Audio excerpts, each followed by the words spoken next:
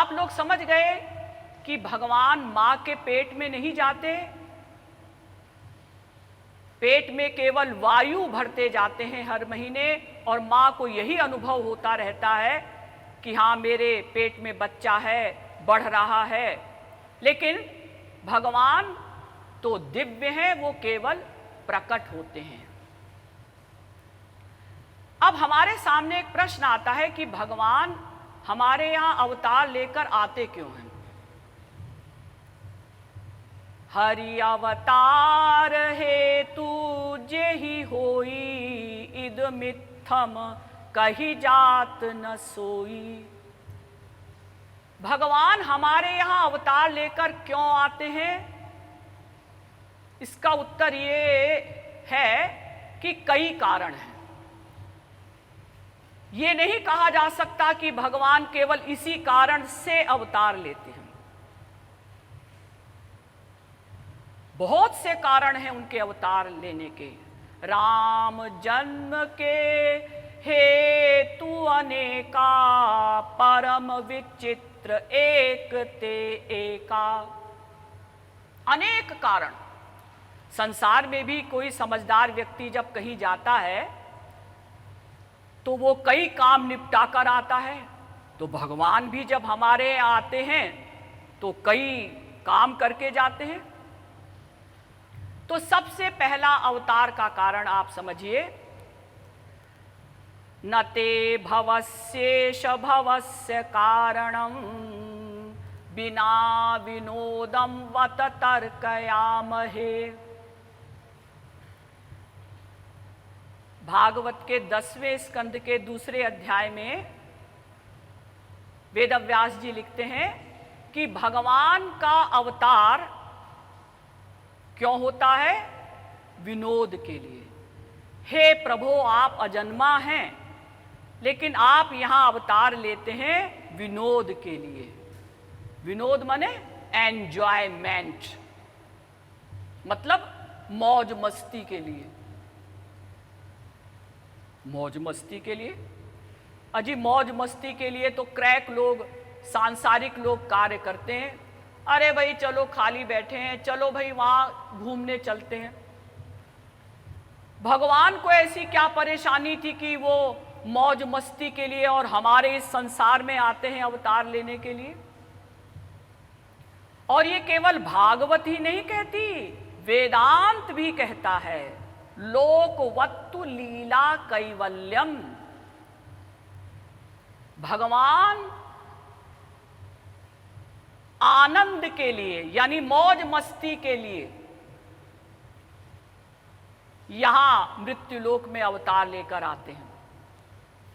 जैसे संसार में कोई राजा पार्क बनवाता है ना, तो बीच बीच में पार्क में घूमने जाता है, ऐसे ही भगवान भी बीच बीच में यहां मृत्युलोक में या अनंत ब्रह्मांडों में अवतार लेते हैं। लेकिन जी संसार में जो राजा है वो तो बेचारा प्राकृत है, माइक है, उसको बहुत से काम हैं, उसको बहुत टेंशन रहती है, इसलिए वो पार्क बनवाता है और बीच बीच में घूमने जाता है। भगवान को ऐसी कौन सी टेंशन है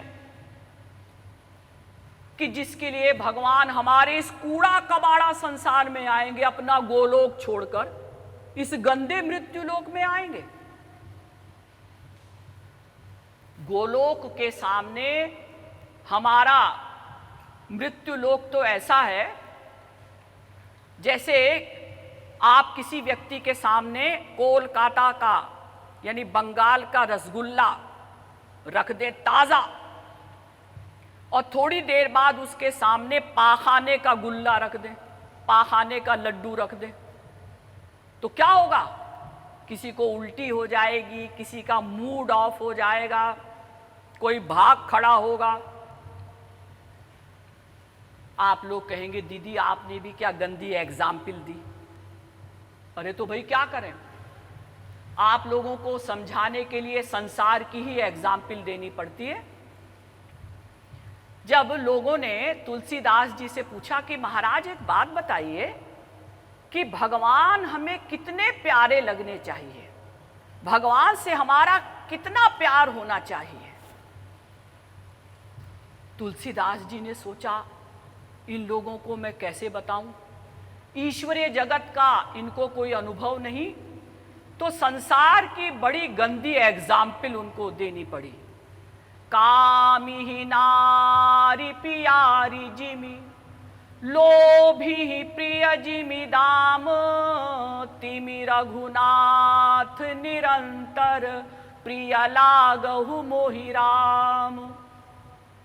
जिस प्रकार से घोर कामी पुरुष को स्त्री प्रिय होती है, जिस प्रकार से घोर धन के लोभी को धन प्रिय होता है, इससे भी अधिक प्रिय लगने चाहिए भगवान राम। और देखिए, मैंने जो आपको ये एग्जाम्पल दी है ना रसगुल्ले की और पाखाने की, ये तो मैंने रियायत की है। वास्तव में भगवान के लोक और हमारे मृत्यु लोक के कंपैरिजन में ये एग्जाम्पल सही नहीं है। क्यों? क्योंकि भगवान का लोक तो है दिव्य और हमारा संसार है प्राकृत। ये तो इतना गंदा है, लेकिन हम तो इसी में विभोर हैं। अरे क्या सुंदर लड़की है, मिस यूनिवर्स, मिस वर्ल्ड, क्या सुंदर ये लड़का है, क्या बढ़िया पिक्चर है। इसी कूड़ा कबाड़ा संसार में हम विभोर हैं।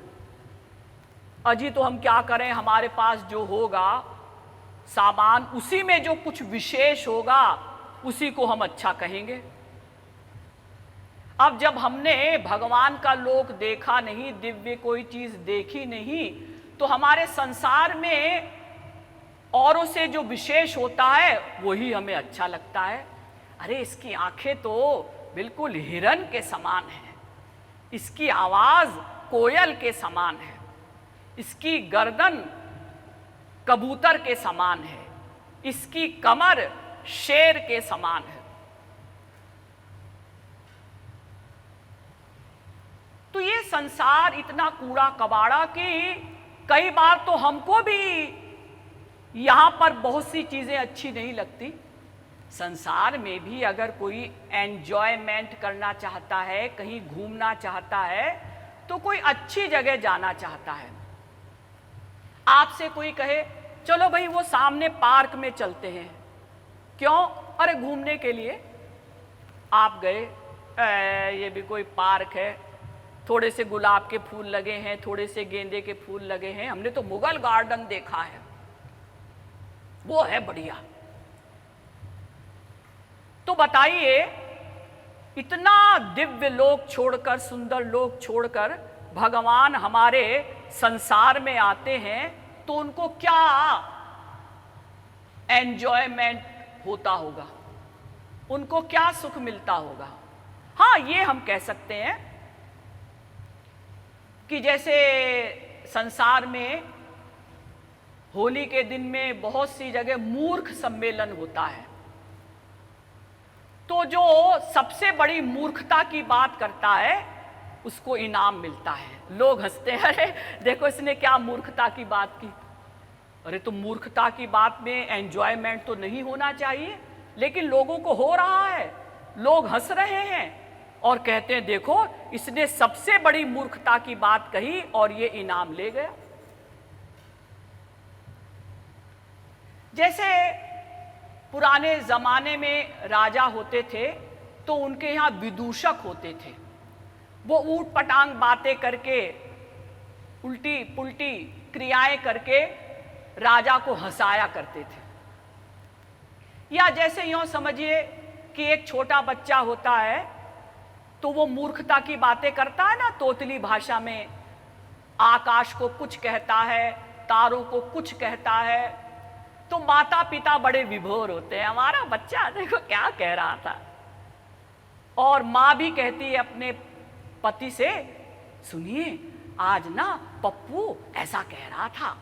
बड़े विभोर हैं माता पिता उसकी मूर्खता की बातों से। तो हो सकता है भगवान को भी इसी प्रकार से मृत्युलोक में अवतार लेकर आने में कुछ एंजॉयमेंट होता होगा, लेकिन ये बात कुछ समझ में आती नहीं।